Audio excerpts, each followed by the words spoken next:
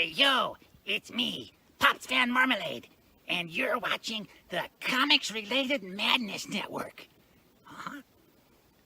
So come get some. CromCon. CromCon.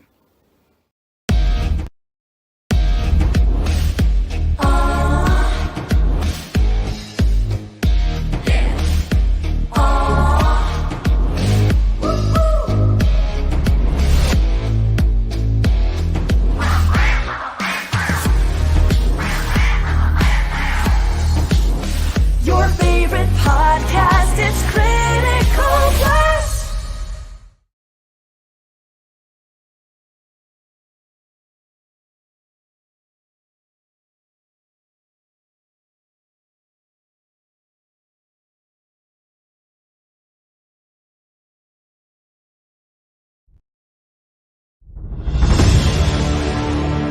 America's southern border has become a war zone.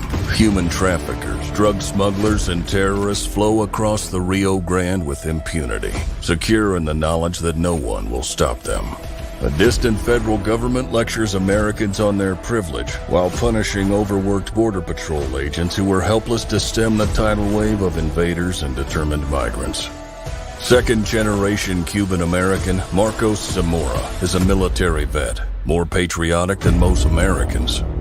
No longer able to ignore the chaos at his doorstep, he acts.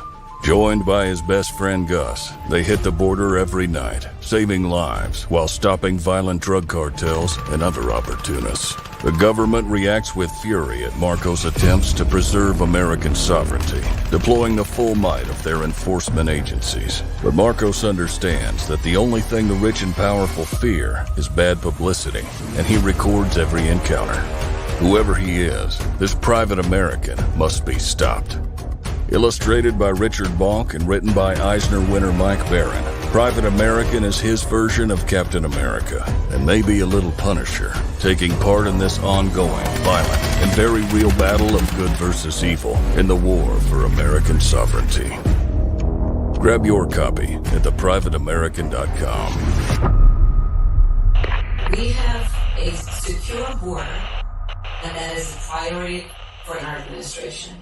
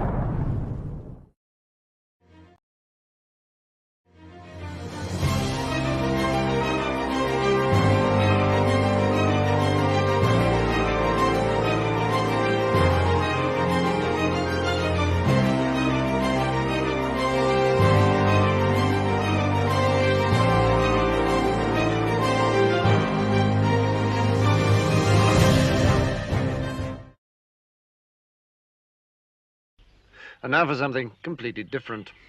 And here we go. Honeycomb's big. Yeah, yeah, yeah. It's not small. No, no, no. Kiss my entire ass. Oh, my darling, knock 3 times on the ceiling if you want me. I'm gonna get a cappuccino soon. I'm gonna strangle somebody. You know, this is, excuse me, A damn fine cup of coffee. Damn good coffee. And hot. Listen to me very carefully, because I'm only going to say this once. Coffee. Black. This town needs an enema.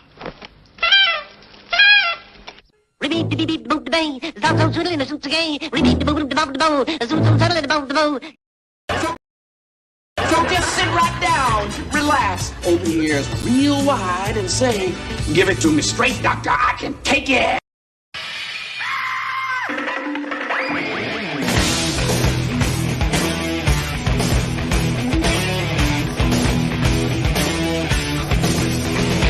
Kick the chocks out from under the wheels. Flaps up. No offense, Margaret. Contact. We're off. Rum, rum. Doctor, doctor, give me the news. I got a bad case of loving you. Oh, what heights will hit. On with the show. This is it. Wow, the doctor is in, baby. Welcome to Doc's Coffee Shop Christmas edition. I'm your host, Doc Blalock, writer, artist, creator of Pariah, Blood and Mud, and OG Soul Biscuit. Hey, help me welcome my co-host, the one, the only, Mr. Tanner Hurley. Roads? Where we're going, we don't need roads.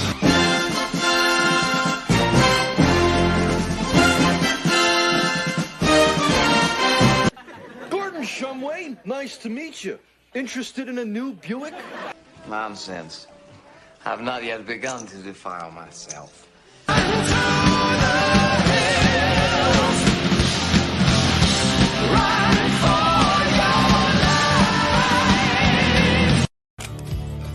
I'll make you famous. I'll make you famous. Oh, boy. What's going on, Tanner? Oh, nothing much. How you doing this morning? I'm good. Merry Christmas early. Merry Christmas to you, my friend. Coffee good, hot. That's a damn cup of coffee. Oh man, I giggle every time I hear those scenes. I love the Twin Peaks. Oh man, yeah. Damn, yeah. fine cup of coffee. Yeah. I mean, he had a great philosophy. What was it he said? Every day, treat yourself. One little thing, and it was a slice of pie and a cup of coffee, and nothing's going to interrupt it. I'm like, you know what? That's a pretty good philosophy. It is. It really is. Off here. Kate, how you doing this morning? Kate, my love. Wonderful to see you in the chat. You know what? Just for the grins of it, I know she's in chat, but we're going to do it anyway. This is my house, and I have had all I'm going to take of you. Step right up and don't be shy. Because you will not believe your eyes. It's so degrading to women. Oh, what do you mean? She's got the whip.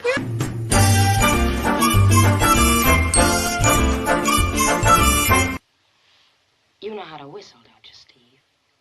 You just put your lips together and blow. I don't know who makes those wonderful intros, but damn, they're good.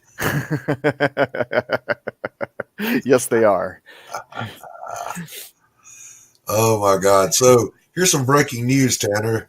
I don't know if you've seen. Declassified documents reveal the CIA was probably involved in the Kennedy assassination. Also it snowed in Alaska. Duh. You mean our own government had something to do with that? Get out of here. Poor Kennedy. Oh, wait. Oh. My shock face. Okay. Very good. Cut. That's a wrap. Print it. Let me pretend to be surprised here. So we've got a good show for you today. We got some good memes. I couldn't get Tanner's in here in time because we had some technical difficulties backstage, but we have plenty to share. We got some good ones. We got plenty to share with you. So what do you say we do some meme review? Let's do some meme review. Indeed.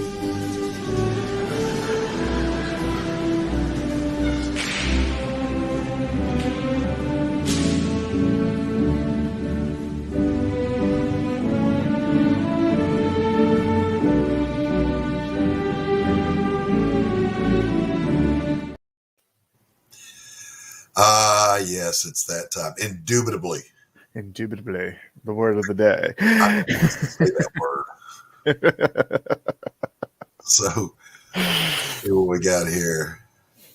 Yeah, Pop said send them to him. He'll load them. Okay. And I'm stalling, so you have time to do that. So let's throw a few up here. Let's see. What do we got? Oh, we can't show that word on YouTube. Uh-oh. We'll get demonetized. Here we go. White man has been here. How can you tell? Yellow Snow wrote, "Let's go, Brandon."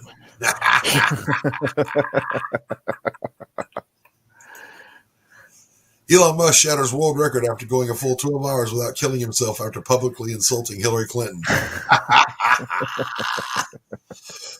I have no dirt on Hillary Clinton, so if I mysteriously disappear, I'll trade you Baltic Avenue for Boardwalk. Deal. If you don't get that, you've been under a rock. Oh, I know, right? Guess who's not getting a laptop for Christmas this year? Oh. Just saying. Just saying. Celebrities after Elon buys Twitter removes child porn. Right in my head, right out.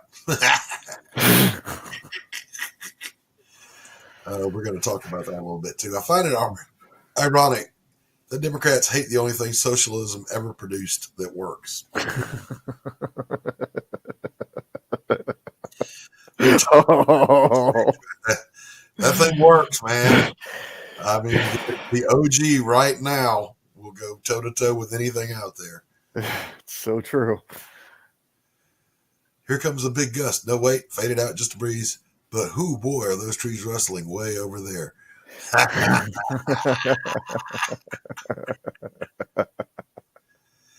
Oh gosh, that's funnier than it should be.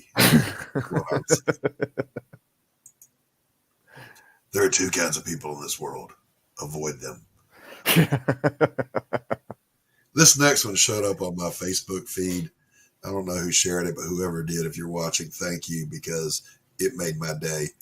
You know, you're not a real American until you knock a deer unconscious with a chokehold on a 50-pound bag of Olroy dog food at Walmart. My man submitted a deer. Put him out. Welcome to Georgia. A gingerbread man sits inside a gingerbread house. Is the house made of flesh or is he made of house? He screams, for he does not know. And this one is late but still applicable. Don't forget to set your clocks from sunshine and happiness back to misery and despair this weekend. Oh.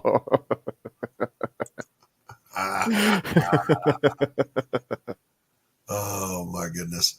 So we'll come back to Tanner's. This has been another meme review.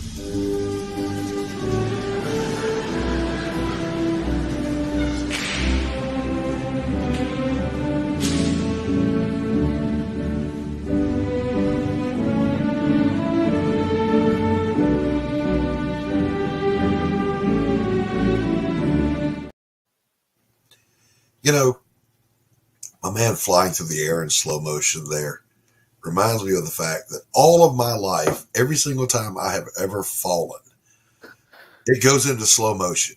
Like I have time in my head to recite the Gettysburg Address or Mark Antony's eulogy on the way to the ground.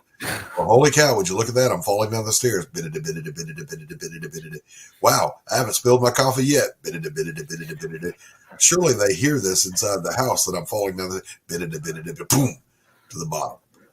Oh man. So yesterday I'm walking down the street, I'm a little bit slower, so my kids always cut me off to the pass because they know I'm slow going down the stairs. But then he slips. my middle-aged son, 15-year-old, slips like banana peel style, like lands on his butt and then hits every stair on the way down. And of course, a small part of me is just like, Ha Yeah, you know, the dad goes, "Are you okay?" But in your head, you're going, That's karma, my son. That's karma. How dare you? Oh, I love them dearly.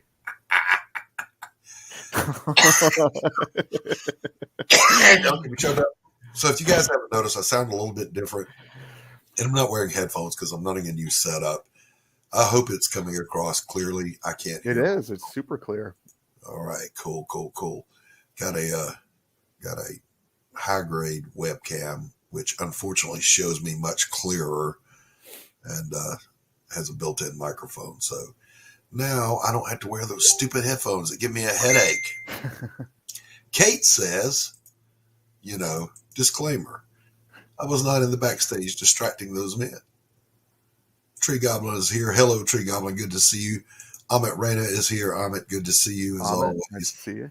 Amit always makes sure I'm not actually dead yet. He wants me to at least get my book out before I die of old age. It didn't help. I called one of my buddies up from the FMF, right, in Charleston. We haven't talked in almost a year. And he's got a new fiance, girlfriend, whatever. And he told me, he said, I was talking to her. And I said, we need to go see Doc, Charleston to Atlanta. No big deal. And he's, the way he smokes, we better get there soon.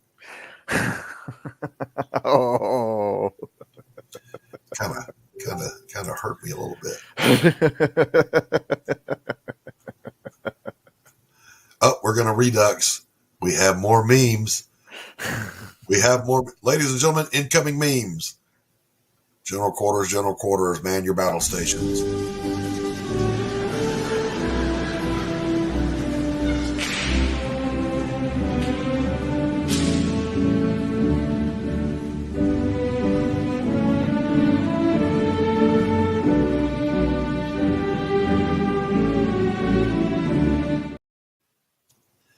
It also seems to me that if you fly off that turnbuckle at the top and you go really high and it's hot under the lights and you're sweating, the breeze must feel good on the way down.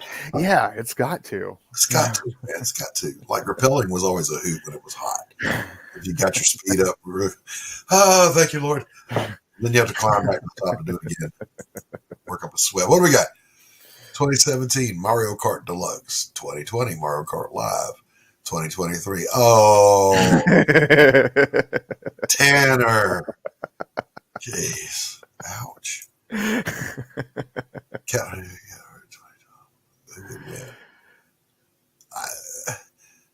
don't know. I just wanted it to be comic related. Captain America from 2012 will win because there is no more Captain America unless you count the Falcon, which I don't.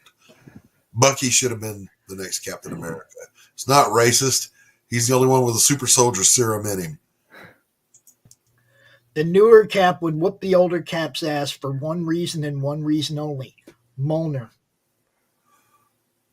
Molnar. What? Yeah. One of the last sane Gen Zs. Look, why do people hate them so much? All right. No hate here. No hate. I don't know. For some reason, that one. Tanner's proof that the generation behind the cohort group behind my cohort group actually has some sane people in it, or maybe not sane, just grounded. Oh, I fooled you good. You're on Mars. It's 22. Oh, Lord. Yeah.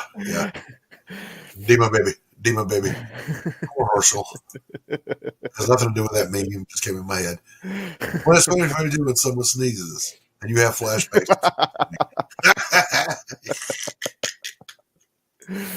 What's up, Max? How you doing? Max, good to see you, bud. Hey, no joke. When the lockdown mess first started, we didn't know anything, I went into Walgreens, not CVS, Walgreens. And I coughed.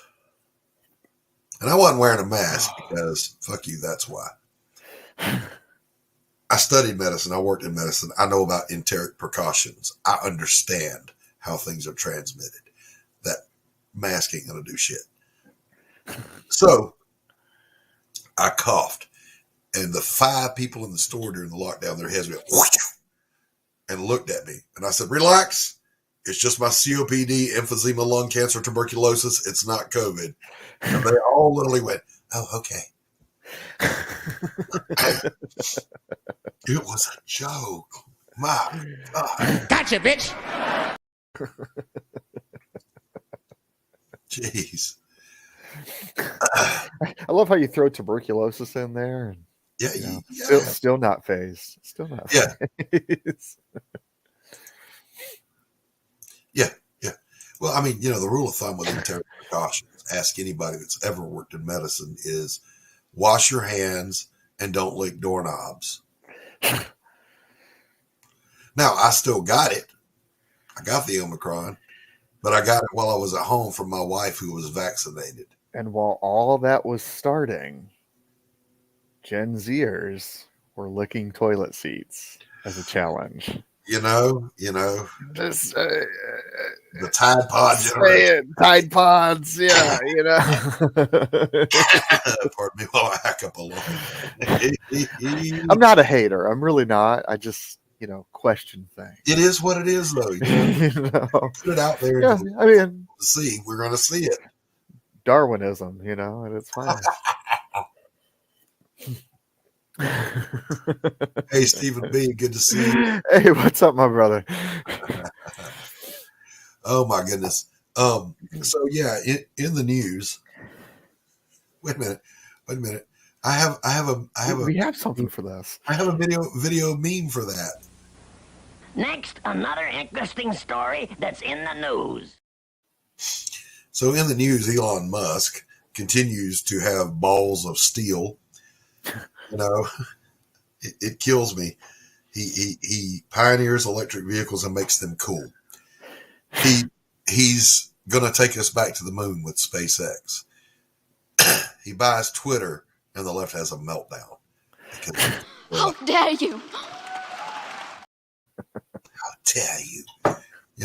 So this past week, for being doxxed, he suspended, not banned, suspended some journalists who were literally trying to cause him harm by doxing his exact location in real time. I thought you said this was free speech. Gotcha, bitch. You don't understand what free speech is. Because inciting violence is not free speech. Craziness. Okay, I have to come out and say this for the record. Who the hell is that? I have to come out and say this for the record. For those who are friends or, viewers or whatever of any of our networks. Look, doxing is the same thing as yelling fire in a crowded theater. You have no idea what's going to happen, but you're going for just anything. You hope somebody's going to go fuck with that guy. Yeah. That's fucked up. That's the worst kind of cancel culture because somebody could get actually fucking canceled. Don't do that shit. Doxing is fucking evil. Period. It is evil. You're a journalist, I don't care if you're my dad. It's not fucking cool. It's literally that kind of canceled. My eye. And Kate, just for you. There you go. Just saying. I was a Chippendale in my younger days. And so literally, our room's on fire. My room is not on fire. Don't scare me like that. I'm looking around looking for fire now. Because I would go out that window. That one right there. Right over the computer. Jeez, man, don't scare me like that. So check this out, man. In the 70s, one year, our house burned to the ground while we were on our last vacation before school started. The next year, my school burned to the ground on a Saturday. And then they said, and I overheard it on a phone call. They didn't say it to me because I was a little kid. The fire started right under Christopher's bed. I didn't sleep for a year. A comment put my name and address online. Gee, I wonder if that was that Amit? Did Amit do that? Amit's not a con man. Just saying. Indeed it is.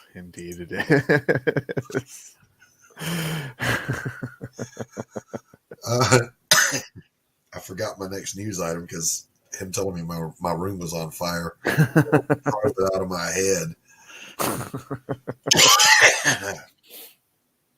Well, in that case, it's that time. It's the time. I mean, it's 4 minutes early, but it's still. Well, it's okay. All right. I won't tell if you won't tell. Don't ask, don't tell, baby.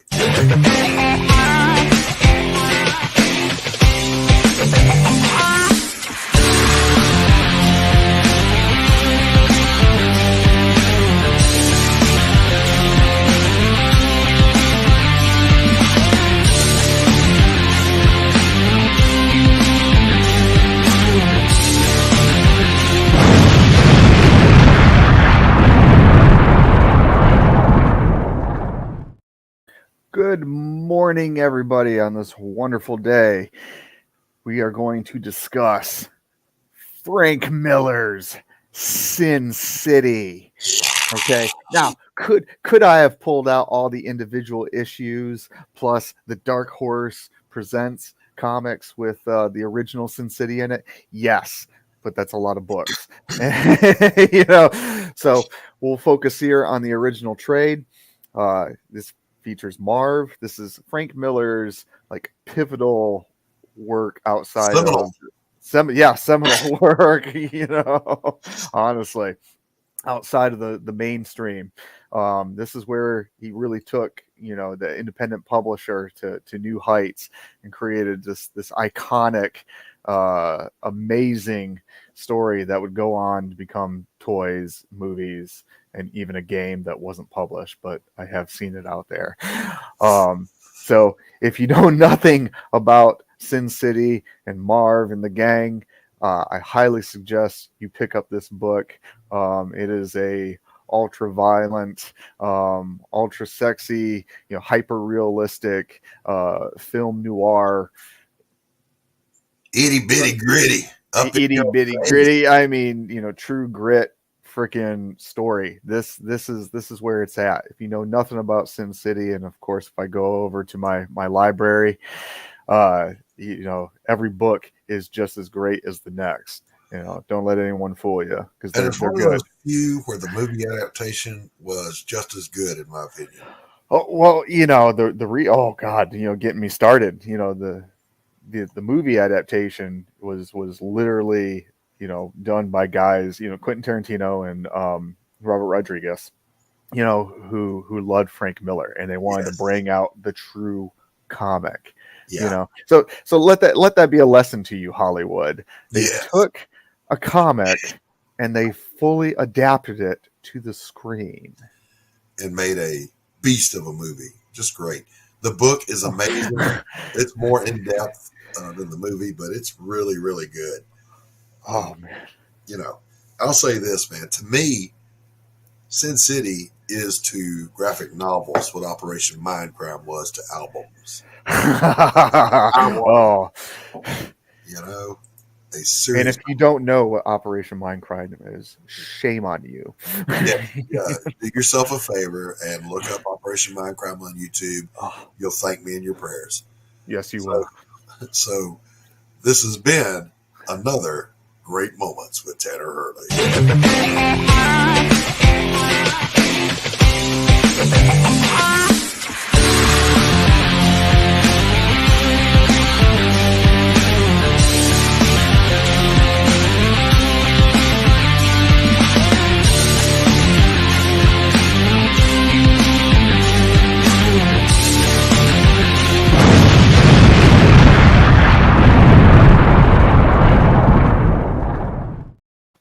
Woody said he needed coffee. That's a good man right there. Heck yeah. I mean, maybe just one more time. And here we go. Honeycomb's big. Yeah, yeah, yeah. It's not small. No, no, no. Kiss my entire ass. Oh, my darling, knock 3 times on the ceiling if you want me. I'm gonna get a cappuccino soon. I'm gonna strangle somebody. You know, this is, excuse me, a damn fine cup of coffee. Damn good coffee. And hot. Listen to me very carefully, because I'm only going to say this once. Coffee. Black. This town needs an enema.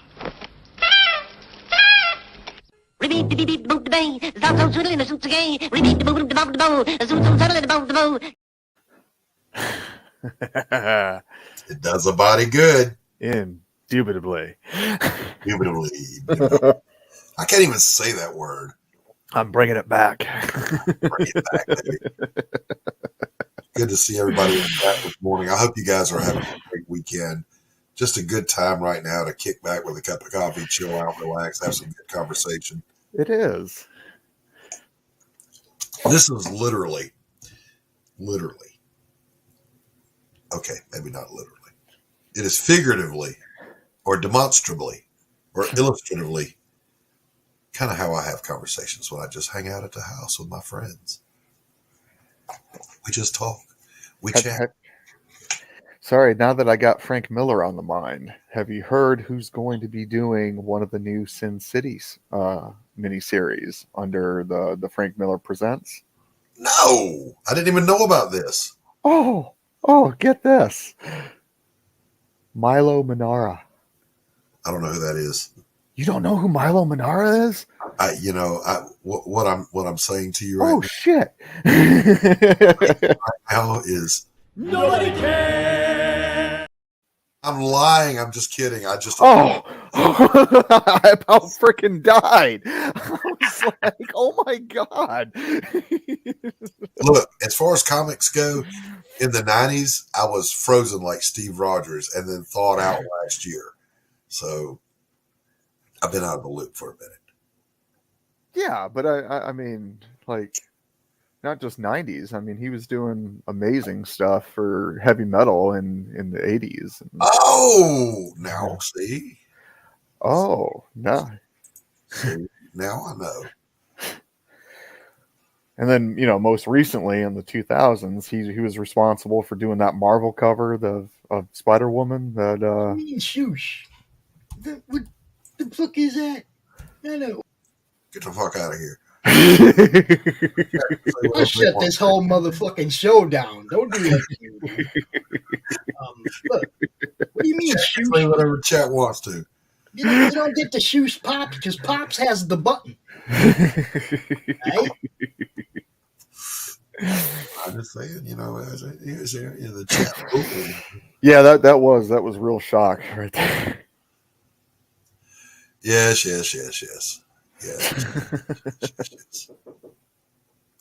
Just go with the flow. Get in the boxcar. I did not just say that. As Tanner takes the time out to do fatherly duties. Yeah. Honeycomb. All right. Where is Q? Where is Q? I mean, we got nobody here to sing along with us, Honeycomb. Yeah. Pops. It's not small. No. That's right. I'll sing with you. I'll get down. There we go. Rich Perotta and I both share a musical Tourette's where if it pops in our head, it's coming out of the mouth. And we were literally on one of his streams one day. And at the same time, Honeycomb's big. Yeah. And it's been with us ever since. So it just happened. So it had to go into the intro for the show. Am I correct? And what was it, like a few weeks ago when I sent you, I was at the grocery store and sent you guys the picture of the honeycomb? Yeah. Yes. And, it's the little things, The little victories in life. I have paid more attention at the grocery store now. Honeycomb is still there. It is. It's still there. Bring back the honeycomb hideout. Come to the honeycomb hideout. So here's a question for you, chat. When you were a kid, what was your go-to cereal, and what is it now? So I'm just going to tell you, right, for me, it was Fruity Pebbles. It was Fruity Pebbles. Ask me what it is now. What is it now? Fruity Pebbles. Still Fruity Pebbles. That's a good question. I'll tell you what. When I was a kid, I remember Mr. T cereal, which was basically Captain Crunch. Yeah. It's called rebranded into Mr. T. I love me some maybe this is the Irish in me. I don't know. Frosted Lucky Charms. I love me some Lucky Charms. Just you try and eat them, you wee bastard. Kate says Sugar Smacks when she was young. What about now, Kate? Come on, chat. Let's hear from you guys. Come on. Bring it on in. Now, that's not to say, by the way, that I wasn't a huge fan of just about all of them. Okay, I love me some Captain Crunch. I just didn't like that the roof of my mouth felt like it'd been sandblasted after you eat a couple of bowls of that shit. Just saying. If I remember correctly, I think it was more about the toy than the cereal. For me, my generation growing up. Oh, I love the toys. I'd go digging and get my ass beat for digging in the box. Yeah. Oh God, I remember it. Yeah. Special K was strong. Kate, don't be a meme. Come on now. I mean, if it makes you feel any better, I mean, I still go after shredded wheat, but the frosted shredded wheat. Well, the frosted shredded wheat. Yeah. The problem with it is you get a bowl and you pour a normal amount in that's comparable to other cereals. You add milk and it turns into a whole haystack that you've got to eat. You'll never get to the bottom of the bowl. Oh, I eat it. I eat that stuff up, man. I'll just tear it up. And then the milk tastes all sweet because all the frosting dissolved into the milk. James Hayes, welcome, buddy. He says Fruity Pebbles when I was young. Now it's Honey Bunches of Oats and Frosted Flakes. Ooh, I like Honey Bunches of Oats. Cinnamon Toast Crunch is a good, fairly new one for me. Cinnamon Toast Crunch. Yep, my kids tear up some Cinnamon Toast Crunch, and I ain't gonna lie. So do I. Toast Crunch is good. It is good. What was it? The waffle one? They wanted to. Cinnamon Toast Crunch made it big. Let's do waffle. They have churros. Churro Crunch. No, they do. Yes, they really? Do. Wow. Yeah, it's like a limited edition type thing. You can only find it once in a while, but sometimes I'll find that. And yeah, I pick that up. My kids will tear that up too. Speaking of things that have been discontinued that were good, I remember in the Clear 80s, Pepsi. No. Ecto juice. Oh God, yes. That stuff was so good. I know, right? I have no idea what was in it, but I want it back. Bring back Ecto Juice. # bring back Ecto Juice. I mean, it straight up looked like freaking antifreeze. Yeah. But, maybe it was. Who knows? If that's what antifreeze tastes like, I'll go out there and suck my radiator dry right now. How dare you? Shut up, Greta. Jeez. Ecto Juice, man, that stuff was so good. And when they discontinued it, I was not a happy man. Me and the wife, we were talking about candy. Speaking of discontinued candy, Bonkers. They were these little chewable taffy type thing, and they were called Bonkers. Yeah. Closest thing you can get to it is like this Japanese candy that you see called High Chews. It's pretty damn close. You can find them at like Five Below and stuff like that. Sometimes Walmart. High Chews. It's like the closest thing. But she ended up picking up. We stopped off at a gas station the other day on a road trip, and she picked up Mambas. And she's like, "Yeah, this is the closest thing I can get besides High Chews to Bonkers." I was like, "Oh my God." See, I'm was. I do remember the Chunk chocolate bar that was just square chunky. Oh, yeah. Thick thing. And the one with raisins in it was amazing. I don't know what it is about raisins and chocolate, but, you know, Raisinets, yeah. Good stuff. But this was me in the 80s. When I left Operation Management Division to go back to Paris Island, they did a little going away party for me. And my gifts were a carton of Winston cigarettes, an ashtray, a pack of lighters, a 12-pack of Dr. Pepper, and a big, giant Butterfinger candy bar. They knew me so well. They knew me so well. Butterfinger and coffee was my breakfast, and Dr. Pepper for the rest of the day. That was the 80s before we cared about health. Everything was brown. Chats. If you're watching on, we're streaming to multiple locations. Tree Goblin, the Oz Show numbers. This is not the Oz Show.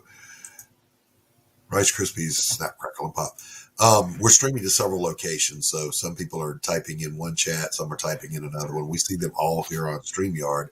But if you, for example, you're watching on the Madness and someone comments on my channel, you're not going to necessarily see it.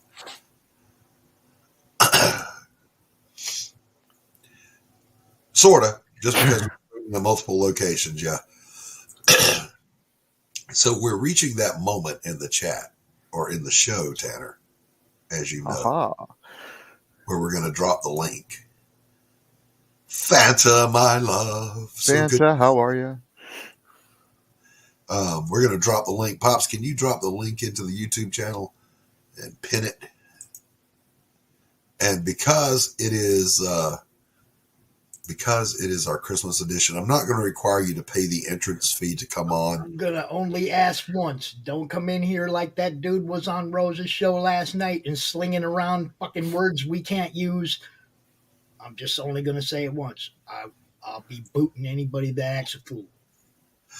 Oh, going through some old shows. Okay, I got you, Tree. Yeah, not going to require you to bring a meme. Just come on in, hang out for a little while with us. We'd love to have you. So I went on someone's stream the other morning because I was up early and they were on late. And Finatra was in there. Now, I like Finatra. He makes me laugh. And I have been on several streams with Finatra. But apparently, Doc Blalock, Pariah, Blood and Mud wasn't a hint that I'm doing a book. So the host played my commercial. And Finatra was like, damn, man, who's the artist on that book? And I thought he meant the music. So I said, well, I did music at the beginning and some friends of mine did the end, the last part. He goes, no, who's drawing that? I said, I am. I wrote it. And he's like, damn, man, you can draw some pretty women. What did you think I was doing all this time?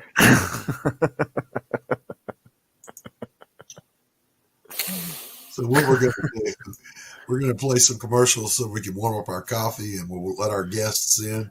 So, Pops, can you give us a good 2 or 3 commercials? And we're going to take a little station identification break here for warm up.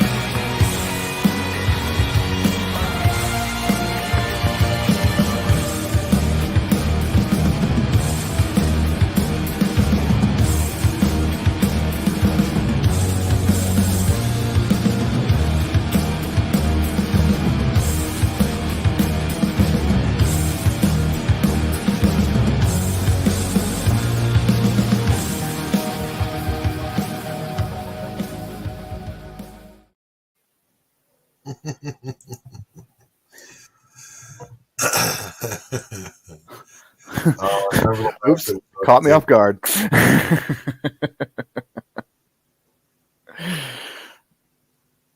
What? What? I was confused by something. Sorry. Oh. So, wow. Good stuff. Good stuff.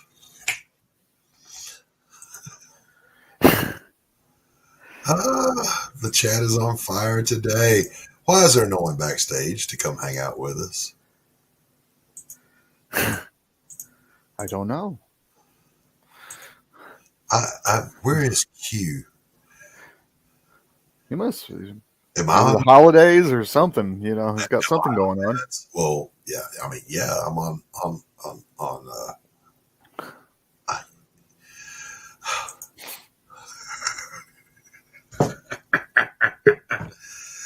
Oh, we have a guest in the back. Let's bring out. You know him. You love him. The good-looking, talented, super smart, hardest working man in independent comics today, Mr. Stephen B. Heck yeah. Hey. What's up, Stephen? Not much. And those luscious locks.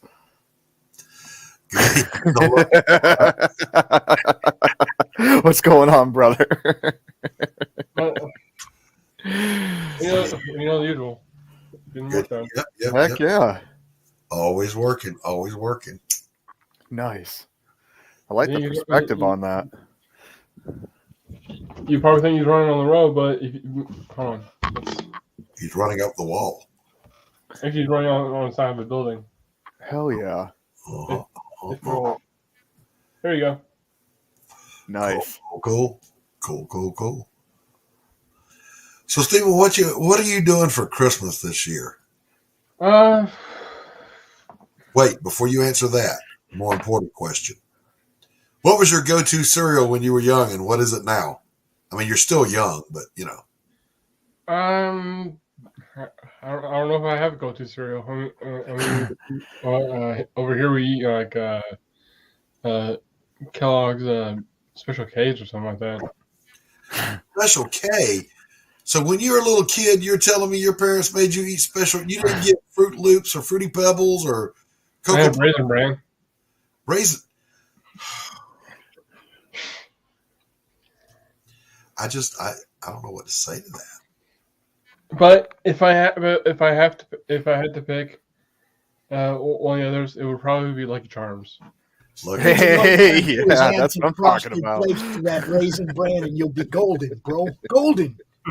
Wasn't there, Pops? Wasn't once upon a time there was Frosted Raisin Bran? They only did it for a little while. That's why I liked it. So now I combine. Yeah. And that sounds good. I would do that. It was good. I would do that. That's smart, actually. I mean, I combine a lot of cereals, dude. I've been doing that since I was a kid. Hey, nothing wrong with that. Yeah, I would. No, baby, I never have a bad hair day on it. I don't. All right, look, I dropped the link. I don't know why I don't see it, but I did drop it. It's there. Just come out here and act like we have sponsors. That's all. Respect the channel. Respect the network. Don't come in my house and shit on the floor. That's you know. Everybody knows that about me, though. Yeah, you'd think that was common sense, but All right. So what are you doing for Christmas, Stephen B? Pretty much just staying here opening presents. All right. So no other events going on, no family get together. Nothing that I really know of. Okay. All right. Tanner, you got kids. Yes. Well, we're gonna wake up at dark 30. And we're probably gonna we pass out all the gifts, and then we just let the kids tear into them all at once. You know, I got 4 kids, man. We know this taking turns thing. You know, does it look like a whirlwind going on? It does. And then, like as parents, we're more like referees or something. You know, we're in there trying to make sure that something doesn't get lost underneath paper or whatever, Yeah. What is that? You're stepping on something. I just got to say, Tree, if you're looking at all of Doc's shows have been on the network, and we've been doing this broadcast to 8 different destinations thing the whole time. So every time you're looking at Doc's, you're going to see comments come up on the screen that were on my YouTube or on Facebook or on Twitch. You'll see them come up on the screen, but you won't see them in the chat. You'll only see the stuff in the chat that was put in on that particular channel. Do you see what I'm saying? So when you're looking at the past one, it's not like people have been blocked or memory hold or anything. You're just only seeing the people who commented on Doc's particular channel during that show. I hope that clears it up. What's his name? This one is Doggy. Doggy? He has a dog at the time. And he doesn't like being held. One of mine from 2 years ago. I don't know. If that cat barks, I'm out of here. Just saying. That would be I think hilarious. I knew Doc 2 years ago. So if you're looking at Doc's stuff from 2 years ago, we didn't even know each other. You know? And he's a bit of a bully too. Okay. 2 years ago, you would have found one of my painting shows because I wasn't back into comics yet. With happy trees. Pops, Christmas plans? I got 4 grandkids, but they'll probably be at that house and that house and that house and that house. I'll be sitting here like always. Not evil. You know. We have a Christmas tradition, my son and I. Christian is his name. By the way, his new album is debuting on YouTube at noon. So Which is awesome because I'm subscribed to that. Head on over there and check it out. But we have a tradition. I make wassail, which is a hot fruit beverage with a little bit of something in it. And Christian comes over on Christmas Eve, and we have a few glasses of that. And we do our gifts on Christmas Eve because when he was coming up, you know, his mom had him for Christmas Day, I had him for Christmas Eve. And that was fine with me because my family coming up, Christmas Eve was always a bigger deal than Christmas morning. Even though Christmas morning was more gifts, Christmas Eve was a feast. It was open some gifts. It was a big get together. So I liked it. And we just carried it on. You know, he's 30 now. So we've been carrying that on for quite a little minute. And I really enjoy that. So Christmas Day, we don't even have a tree up yet. Oh, don't say that around my wife. That's sacrilege. So last year, I gotta make sure she can't hear me because she doesn't watch my show. Last year, my stepdaughter gave Tacey a turntable and gave her Prince Purple Rain, the album. So her all-time favorite album is Dr. Hook. I don't know why. But I got her Best of Dr. Hook as a vinyl. I got her the Best of Journey as a vinyl. Got her a few more. And there's literally, by the way, 700 LPs sitting on my carport for me to go through that the father-in-law brought over. And it's like stuff from the 40s and 50s and 60s. Ooh. Some of them I've never seen before, but like one in every box. I found Wango Tango by Ted Nugent in one. It's worth having. So, you know, there's like one good one in each box. Ah, man. Ted Nugent. Sorry, I grew up in Jackson, Michigan. So long before he moved, Uncle Ted was his stomping grounds for the longest time. Yeah. I saw we knew the Nugents twice. I saw him as a headliner, and I think it was on Wango Tango, but I'm not sure. But then I saw him when he opened up for Kiss on the Crazy Nights tour. Nice. And it was a great show, man. I'm just saying, Nuge does a great live set. Yeah, he does. You will have a good time. You know, what can I say, man? Kids today, they just don't know, man. They don't know about arena rock. Oh, God. Yeah. These young people today, these whippersnappers. I never thought I'd be that dude, man. I went to a Kiss concert, and it was My melting. Yeah. If My you didn't first con. see Kiss back in the 70s, you didn't see Kiss. Kiss from the 70s. Well, rub it You didn't. in. I'm going to be honest with you. If you didn't see the original 4 members with the pyro and everything, you didn't see Kiss, dude. You saw a watered down version of I disagree with that. The original Kiss was fantastic. I saw them. I saw the Alive 2 tour when they filmed that at Cabo. I mean, it wasn't Cabo. It was at Cobo Hall. I didn't see them there, the same tour. But then when Eric Carr came along for and Creatures of the Night, get the fuck out of here, Creatures. much heavier, much harder. Oh my God! And what a drummer, man! So yeah. No, not even. You can disagree all you might say there was a more powerful percussion behind them, but they weren't better then. They weren't better. Paul Stanley's voice reached its apex in the late '80s. Whose voice? What? Paul Stanley's voice was at its Just go listen to it. That's all I got to say. Just go listen. That ain't no front man. That ain't no vocalist. Oh my! He ain't on the par with any good vocalist. Any good vocalist. He's not even in the top 50. Dude, don't do that. You know, I feel like stirring up some controversy right now. He's no fucking dude. He doesn't reach the top 50 in vocalists. And you know what, guys? Sammy Hagar was a better vocalist than David Lee Roth. Oh. Yes, he was. He can still do it. Listen, 5150 was Van Halen's best album. He can still do it. What's David doing? He's still rocking. See, I don't get people that agree with me on that one, and then it starts. I have them fight me. I'll have them come at me, but I don't care. Something we do. I saw. Meets the Phantom. Come on, let's go disco. I saw.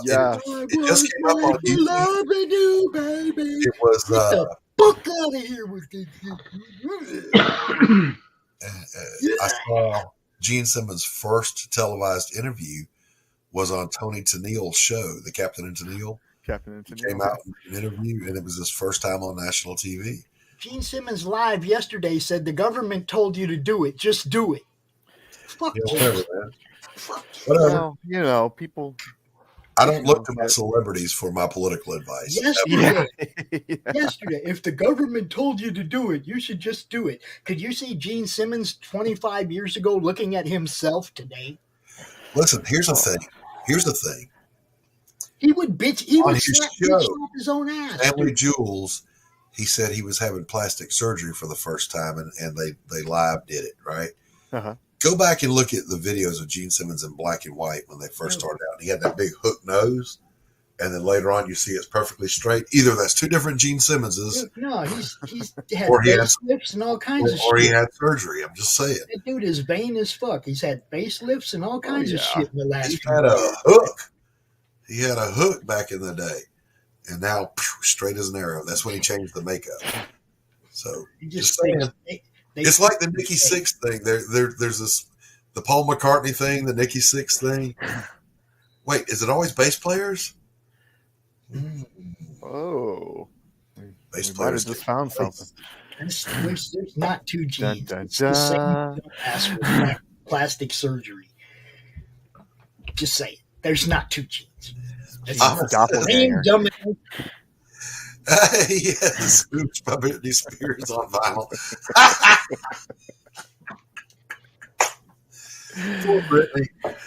Poor Britney.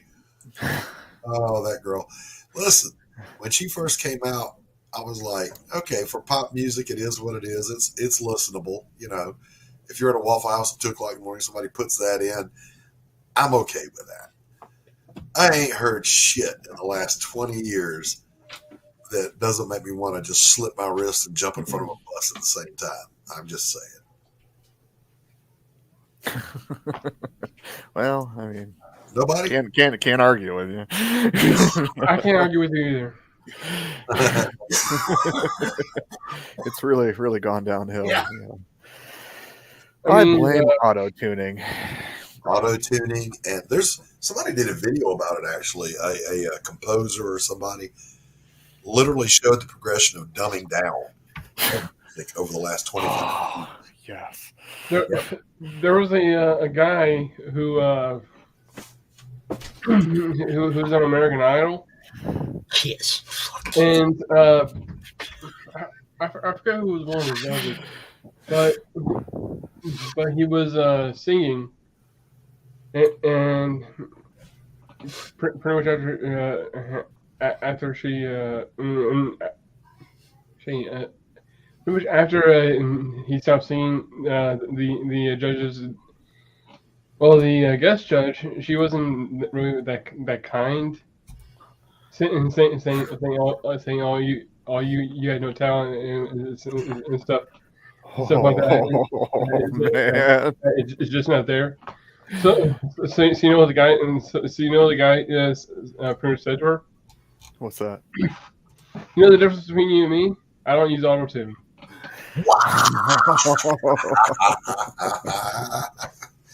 I do remember. I don't remember his name, but it was the one where Haley Reinhart was on that year and should have won, but that country bumpkin with the big ears like Alfred Newman won. That was a travesty. I never watched that show again after that. Anyway, there was a guy on there. He had short hair, but he was metal, and he was going to do "It's a One-Way Ticket to Midnight." Oh yeah, heavy metal. He had Zakk Wylde come out with him and do it. Well, the backstage coach before had said, "It doesn't change keys. It just stays there. This is a boring song. You shouldn't do this." And he's like, "Bro, you can't play that on piano and expect it to sound like what it is. I'm doing the song." And he did it, and he killed it. And it was when Steven Tyler was one of the judges. Oh, yeah. So I was like, Steven Tyler was a great judge. He was. He told Haley Reinhart, "You just Haley Reinharted yourself in the middle of next week." That's ridiculous. He was real down to earth, I thought, as a judge. Yeah. And I just wasn't sure how he was going to, because it's Steven Tyler. He's a big rock star. Didn't know how he was going to be. He was really cool. I enjoyed watching him. Ooh, Pink Floyd was the first concert. That's awesome. Yeah. Mine actually was the Voodoo Lounge tour, Rolling Stones. Saw him in I want to say in Lansing or Detroit. I can't remember. My first concert was and I'm not sure if I'm remembering this right.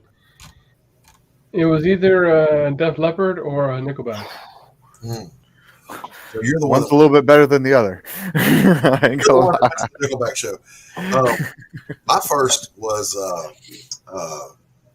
Cheap Trick and Aldo Nova at Six Flags. Hell yeah! What I paid for to go see was the Kiss shows, but one of the best I ever saw was the Bark at the Devil tour with Motley Crue and Ozzy Osbourne. Oh man! You have to do this. Hold up, Doc. Got to interrupt you, bro.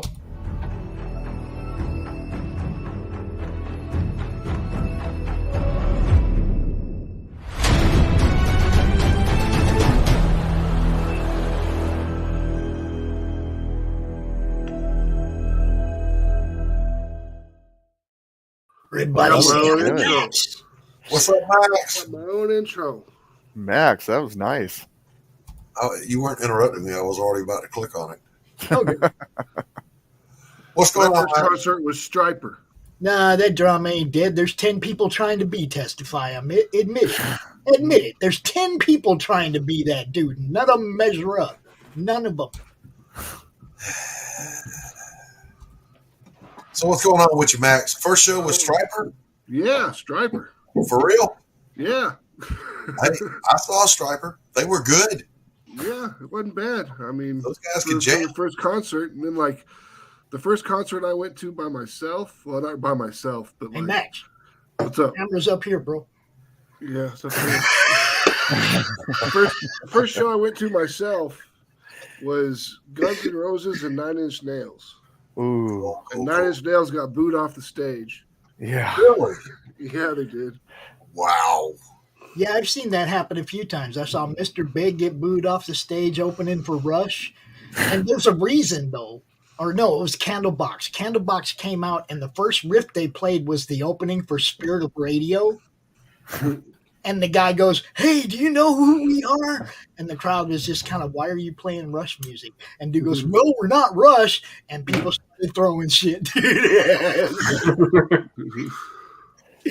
That is not how you open for Rush, by trying to play one of their licks and then that ain't how you do it. Those guys are serious. Their fans are serious. Well, that's true. Well, everybody just wanted to see Guns N' Roses so bad, and I guess it's probably like they wanted to hurry up before Axl got fucking too fucked up and and came out again, threw a little tantrum. But man, that would have been the Pretty Hate Machine days, right? Mm-hmm. Oh man, Pretty Hate Machine tour. The Appetite for Destruction album was a real breath of fresh air when it came out. Mm-hmm. So much glam at the time that it was just metal. And I was like, oh man, thank God for these guys, man. They're not metal, but they're super hard rock, and I really liked it. Well, I mean, how do you not like Slash? I mean, there's just something about. I mean, one his guitar chops are pretty awesome, but he just has that presence, He's this long-haired guy with the top hat and everything. Yeah, sunglasses. There's one thing that'll make you not like him. What's that? He tried to do Crazy Train in front of Ozzy. You can find it on YouTube. Slash can't play Randy Rhoads. I'm sorry. It's not. Really? It ain't there. And it was terrible. Oh my God, it was terrible. No lie. Slash ain't no Zach either, bro. He ain't even like, he wouldn't even match up to like the top 5 guitarists that played for Ozzy, dude. Wow. You got all kinds of badass motherfuckers that played for Ozzy, dude. Zach Wilde is big freaking shoes to fill right there. Mind blowing. Zach Wilde's fucking good as shit if he can play all the Dimebag stuff. Still. Dude, he's like 90. You go back and you listen to all the covers. I've seen Zach sit at a piano, and I've seen this with my own eyes. Sit at a piano and play Elton John's "Candle in the Wind," and Elton John wishes he could make that song sound that good. I ain't fucking. Zach blew that shit up. He made me like a song I didn't like. Okay. And he used to do covers of everything. Alice Cooper, all kinds of shit. You can find all kinds of old Zach covers where he just blew somebody's music up. Back when I was playing in a band, we were doing a show, and we had a really good response, And in particular, if you're ever in a band and you do one of your own songs and the crowd loses their mind, that's some shit. Yeah. But the encore song that we did was 18 by Alice Cooper. I didn't think people would like it. Those people lost their minds when we did that song. Hell yeah. 18 and I don't know what I want. 18. Alice blew that shit. Alice was so fucking far ahead of his time, dude. Oh yeah. Alice is good stuff for sure. He was the king of theatrical rock and roll. I honestly, we wouldn't have shock rock if it weren't for Alice Cooper. He's an amazing golfer too. All kinds of shit that he wrote, man, that was just fucking whoa, way out there, right? Hamid. Do me a favor, shut the fuck up. REM is a that should tell you how exciting their music is. This one goes out to Hey, Brianna, I ain't seen you in a while. Who is it? Brianna. Brianna. Good to see you. We are wonderful, doing our thing. Yeah, I don't know how anybody else is, but I, for one, am having a TikTok day. The end of the month, CromCon this month is CromCon Europe, Brianna, on Saturday the 31st. During the day, not trying to keep you out during party time, but if you want to join us, Me and Doc will be hosting the Brits and the Dutch and the Italians and all them people over there, you know. There's this whole other continent over there. Europe. A whole other continent. There's a whole other continent over there. This will be the third time we've done a CromCon that was dedicated just to the people on the other side of the pond. But if you're in Australia, I'll cut you some slack. You want to pop in because I don't do Commonwealth Australia yet. Commonwealth, you know, it's part of the show. Sure. Hey, let me ask you a question. I've always wondered this. When you were over in the sandbox, did anybody do Anakin Skywalker? I hate sand. Oh, we used all the time. All the time. We made fun of the prequels something fierce. Oh my god. Are you kidding? How about the line from Dune? You scrub your ass with sand. All the rich people got water, but we scrub our ass with sand. Honestly, no, not as much as the Star Wars. Oh my god, because we're here on Tatooine to liberate the Tusken Raiders.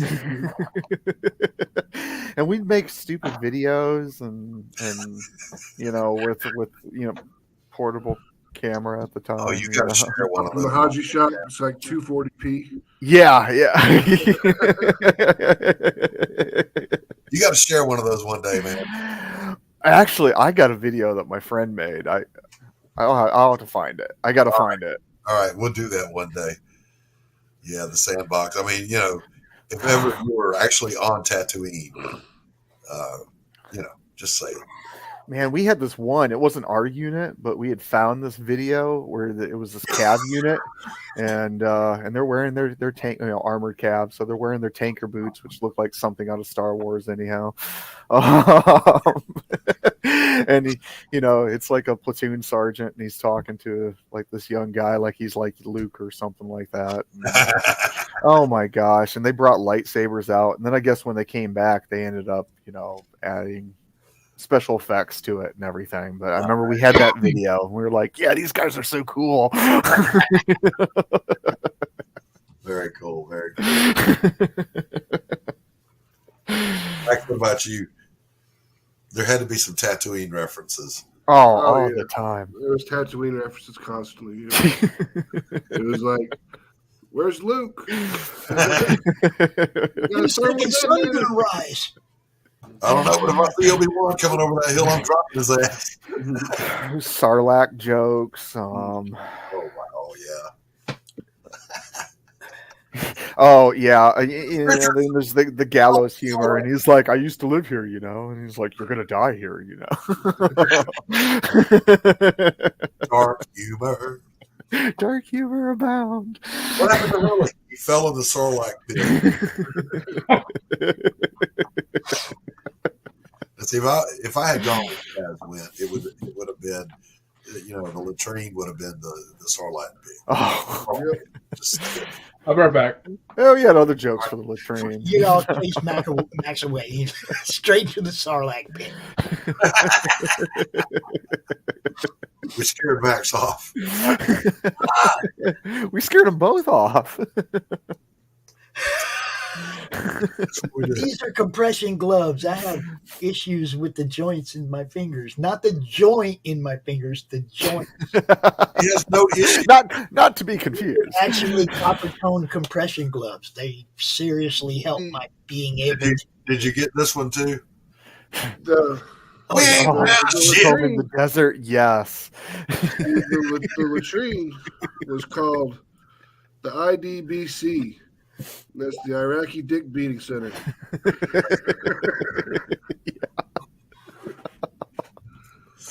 Yeah, a lot of them, they wear these for style, and trust me, wear them. Not this though.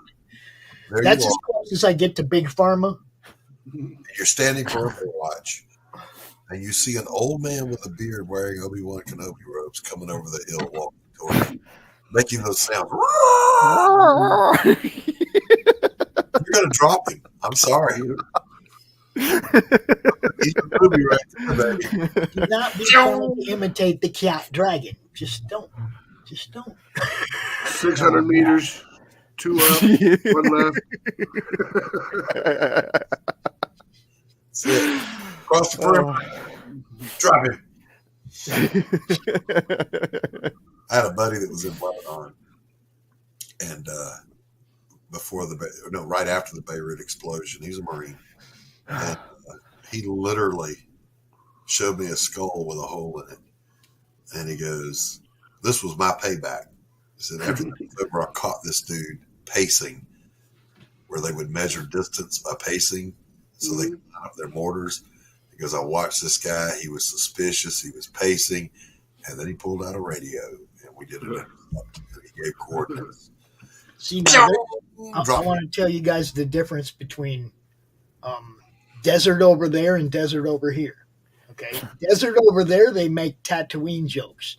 Desert over here, they make buried barrel jokes. I don't know what that means. That's they bury people in fucking barrels. They yeah. lost bad guys and they put them in barrels. And they The Vegas desert, baby. That's the jokes we tell about the desert is the barrels is buried out there, right? You know. Now, 25 years in Phoenix, you hear a lot of barrel jokes. We didn't clean up any of the dead bodies that we shot. We just left them in the streets as a message. Yeah, that's you don't want people here to find them. Yeah, you don't want them to find them. But in Iraq, you just leave the dead bodies in the streets, send a message to the bad guys. Wait a minute, can we still get convicted of war crimes? I mean... Just kidding. We did that in Minecraft. That was in Minecraft. We did that. They were dead. So, listen, I learned something valuable about the difference between Utah sand and Daytona Beach sand. Matt's Off-Road Recovery, which is a good channel, go check it out. People get stuck in the sand all the time out in the climber parks where they take their four-wheelers. He goes and gets them out. The sand here and everywhere else, I guess, in the world is granular. The sand there is powder. That's the way it is in Iraq. Yeah. Sink into it. Yeah. You have to deflate the tires to about 8 pounds of pressure to be able to move across it. And people don't do that and they get stuck. So my man makes a living out of that. Steven, you all right? Yeah, I'm fine. Going to Kuwait when we first got in the country for the AO went there for a month to train, and I'd probably get used to the heat. But that sand was all granular and like stomping through the beach. And then you get to Iraq and it's just like a big rock shelf with a bunch of dust on top of it. Yeah. Moon dust. You better get them shoes shine, son. That's what desert boots are for. That was actually a myth in the Navy and the Marine Corps. I don't know about Army, but you never had to shine your shoes. They just had to be clean and black. Oh shit! We had to shine our boots every Monday because we had an inspection. Oh yeah! We shined our shoes. After that, we paid somebody else to. Well, usually you pay the guy that was on staff duty is who you pay to shine your boots, and I always took staff duty jobs from everyone else, and because you get like an extra day off, plus I get a shine boots, and I get paid $30 a pair. Yeah, there you go. But we had found out that regulation because apparently the boondockers that sailors used to wear on ship with their bell bottoms, it was impossible to keep them shined if you worked down in like the boiler room or engine room or the machinist mate shop or whatever. And also because salt water and shoe shine do not go well together. Yeah, they don't mix. I was getting ready to say the salt and the salt water would fuck it all up. Yeah, so it wasn't a thing. They just had to be clean and black. Now, did I own chloroframs that I wore for every inspection? You bet your ass I did. Well, yeah, those for your dress. Yeah, Class A's, service blues, whatever you want to call them. They were Class A's when I was in. We still had the green wool uniform. pickle suit. Yeah, and I was there when we switched from black boots to the desert boots, and I hated that because I lost a bunch of money. Yeah, the Gore-Tex desert boots, the first ones they came out with. I've got a pair of those. They weigh twice as much as my black combat boots. Those things. Yep. Gene Simmons couldn't have walked in those things. I'm just saying, man. By the end of basic training, my black combat boots were leather socks. Yeah, they were so pliable because we marched so many places in them. Yeah. And I did the whole thing about put them on, get them wet, and wear them dry so they fit perfect. Yep. It's rough for a whole day, but out in the blazing sun on June or Paris Island, you knock that out quick. Yeah, and then it doesn't really matter much when you have to march through the river, right? Because your shit ain't gonna hurt you that day. It's I already used been to shredded. get a lot of shit for wearing tanker boots on ruck marches because they're like, "Oh, that's gonna tear up your feet," but no, it was like walking on a cloud. I loved it. I put a couple of insoles in there, and I never had an issue with that. Going on a little nature walk today. I remember coming back from our 20K road march, and I was sick as hell. And the drill sergeant was like, "Go up to the bay, lay down in your bunk, and take my backpack with you, my ruck pack with you, and don't say a fucking word." I'm like, "All right." And I go over there and grab his shit. Motherfucker had pillows stuffed in that bitch. Hey, listen, true story. I'm going to rat you out right now, Gunny Rebel, if you're listening. Like that. Series Chief Drill Instructor, Paris Island, Bravo March is a 20-mile march the recruits did when they leave the Crucible. Back then we called it the Field Training Unit, FTU. And sunrise. We've already been marching for an hour. And all of a sudden, the Marine marching next to me pulls out his combat knife, runs up to Gunny Rebel, tackles him, and goes, "Yeah!" Right in the back. And we're like, "What the hell?" We run up there, and it was an inflatable pink bunny rabbit in his Alice pack. The ear had flopped out. And the Marine was going, "You were being attacked by a pink bunny rabbit." Bunny rabbit. Oh, man. Gunny Rebel was just a little embarrassed. Yeah. But he had a great sense of humor. So he laughed about it. But then to man up, that we had a sick, lame, lazy, crazy recruit in the back. So he took his pack, put it on, and marched it in just to be one of them. I laughed so hard I thought I was going to piss myself. I thought that dude had snapped and run up there and killed me. Yeah, no shit. Like, what crazy loony was? How did you fucking lose your mind on a ruck march? The only thing I did on ruck marches was keep my pace count and just think about stupid shit. Oh God, yeah. Yeah, I would either jaw jack with the series commander, and because I walked in the back with him, medical. Or if there was nobody cool to talk to, in my head, I would just sing my own cadence. You're right, y'all, right, and keep my groove on, because when we humped. Yeah. Moving. Wasn't no shuffle to it. We always ruck march to somewhere you didn't want to go. Like the first 5K was like we ruck marched out to the gas chamber. Oh. Oh yeah. You had to ruck back. Did you ever put on your Mach 4 and do that march? Yes. No. Mach 4 marches are fucking ridiculous. Yeah. We're going to do an NBC march today. No, we're not. No. I got a sick call. I was in Korea. I sucked a lot of rubber there. Yeah. We had a Marine that wanted to do a NBC march. And an NBC march is usually 5 miles for AIT. And he wanted to do that in black flag conditions. That's 100% humidity, 110 degrees. Nope, we're not doing that. I just stopped it. Medical. No. Yeah, that's outside of the safety range. Yeah.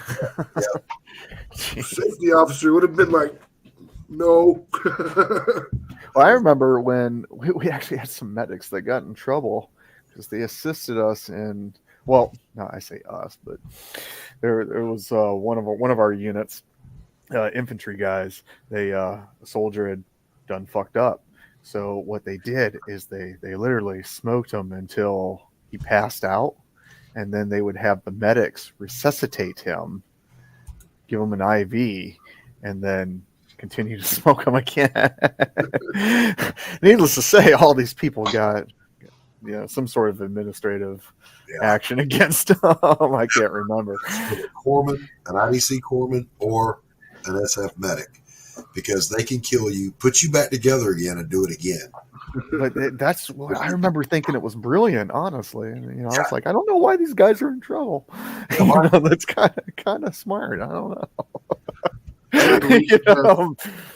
Maybe in Fort Riley, we had the rock pit, which was just a bunch of rocks that were painted with numbers on them, and the drill sergeant would be like, "Go find me 212." Yep. You'd be sitting there for fucking hours looking for 212, and the drill sergeant had it in his pocket. Yeah, that's that old one in the movie The DI, that black and white movie. Recruit killed a sand flea on Parasite. And how dare you kill that sand flea? That's the state bird of South Carolina. Go find that corpse so we can bury it properly. And so he's got him in the dark digging around trying to find a sand flea corpse. The guy goes, he's smart. He kills another one. And he goes, "Found a drill sergeant." And he goes, "Is that male or female?" "Female, sir." "No, we're looking for a male. Keep going." A dude getting smoked in Iraq, and the sergeant was like, "Go get me a rock." Then he brings him back a rock, and he's like, "No, that's too small. Give me a bigger rock." Yeah. He comes back. He's like, "No, it's too big. Give me a littler rock."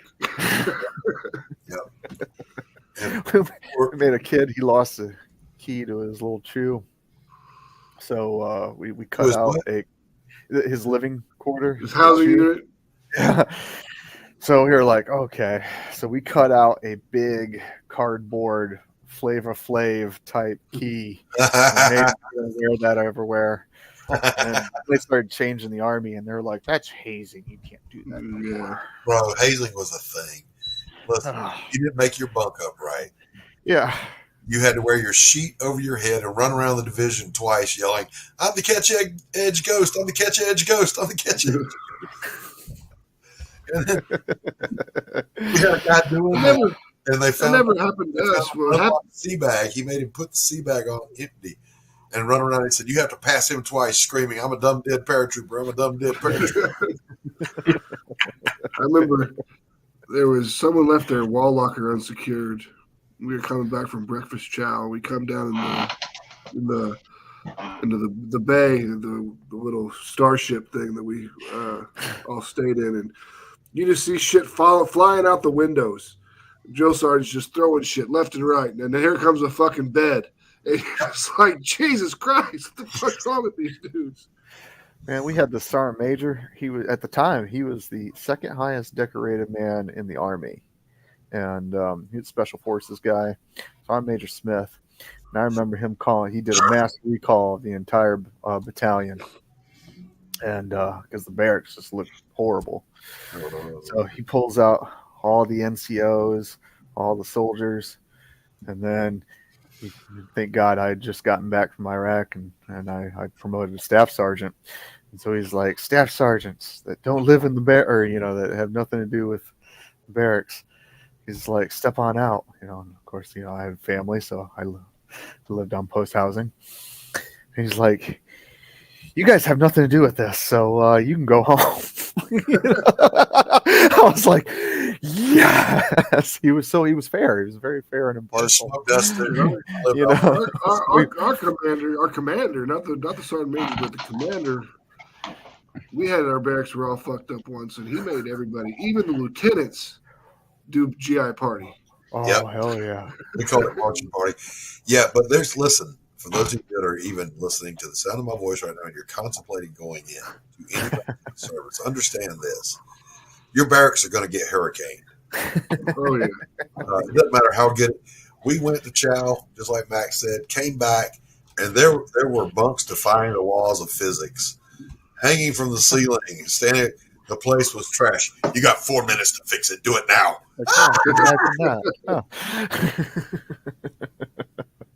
And that was, by the way, before we were medically cleared to do PT.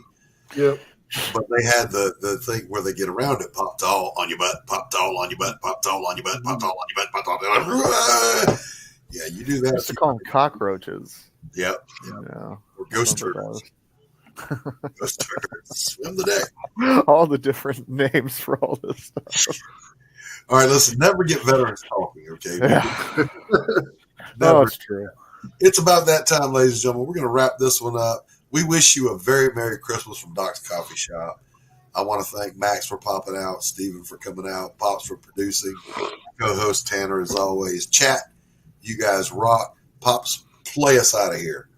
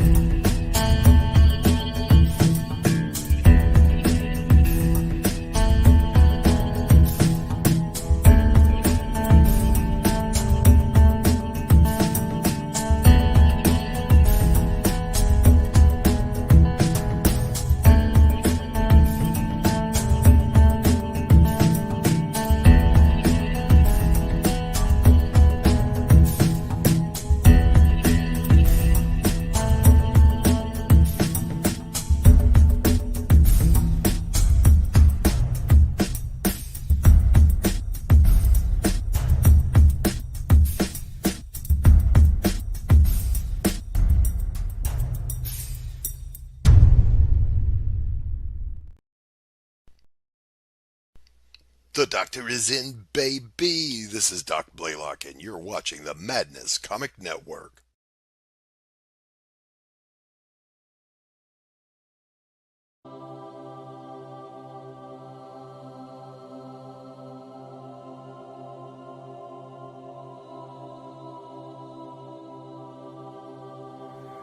The original intention of the film was just for my personal use, but I thought with it being such a unique thing that I'd like to offer it to anybody who wants to see it.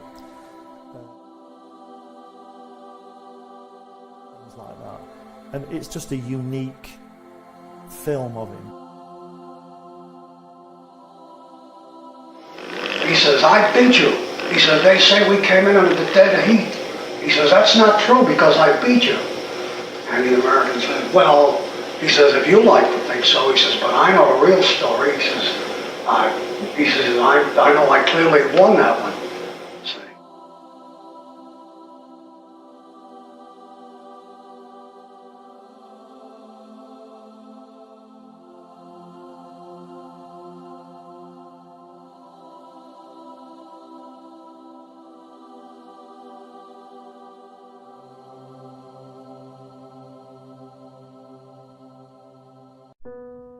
Bringing you sex, sass, and style.